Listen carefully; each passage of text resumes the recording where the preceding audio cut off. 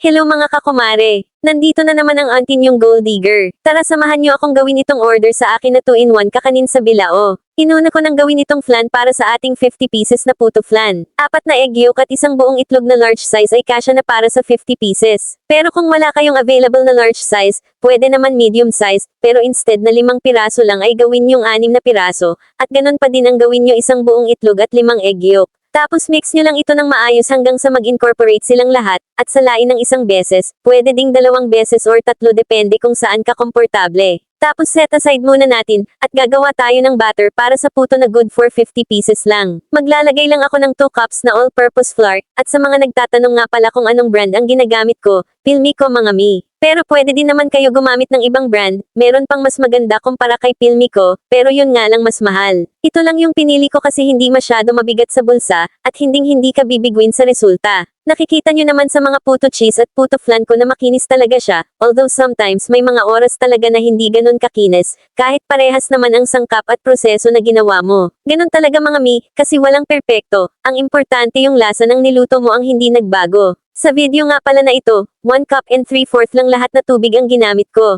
At kung mapapansin nyo, 1 1/2 lang muna yung inilagay ko kaagad, tapos the rest ay gradually na yung paglagay ko. Tapos sasalain lang natin ito ng 3 beses, baka may magtanong na naman kung bakit kailangan 3. Ang purpose po niyan ay para walang buo-buo sa puto batter mo at malesen na din yung mga bubbles na na-create habang hinahalo mo siya kanina. Less yung bubbles ay mas malaki ang chance na makinis ang puto flan mo.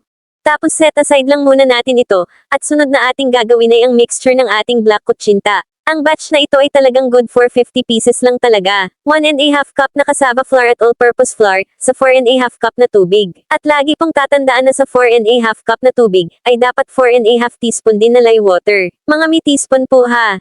Kasi ang daming nagmi-message sa akin bakit daw mapait yung kutsinta nila, na sinunod naman daw nila lahat yung procedure. Yun pala kasi imbes na teaspoon, tablespoon yung ginamit. Sobrang laki po ng diferensya mga mi, kasi ang 3 teaspoon ay equivalent sa 1 tablespoon lang, kaya talaga pong papait ang kutsinta nyo pag ganon. At ang gamit ko nga palang food color dito ay liquid, ilalagay ko sa comment section kung saan ko siya nabili. Sa 4 1/2 cup na tubig, ay 3 tablespoon ang inilagay kong food color, proven and tested ko na ito mga kakumare, kahit lumamig na or abutan pa kinabukasan ang black kutsinta mo, ay hindi nag-iiba ang kulay. At talagang achieved mo ang kulay itim sa food color na ito. Sa mga nagtatanong kung gaano kadami yung inilalagay kong mixture bawat molder, yung 1/8 cup po, yun yung ginagawa kong pantakal. Tapos para sa black kutsinta, steam lang natin ito ng 20 to 25 minutes. At pagkatapos ay isusunod ko na kaagad itong aking flan, ilalagay ko siya sa second layer ng aking steamer. Tapos pagluto na yung flan ay lalagyan na natin ng puto batter na itinabi natin kanina. Yes mga mi, ganyan lang karami kung maglagay ako ng puto batter sa puto flan ko. Kung mapapansin nyo hindi siya masyadong puno, para may space pa yung pagtubo niya. After 12 to 15 minutes, ganito na ang resulta ng ating puto flan. Kapag tinanggal natin, hindi mahirap tanggalin at walang natitirang kahit na ano sa molder, higit sa lahat ay makinis ang gilid ng ating puto flan. At alam ko marami na naman magtatanong nito kaya uunahan ko na kayo ng sagot.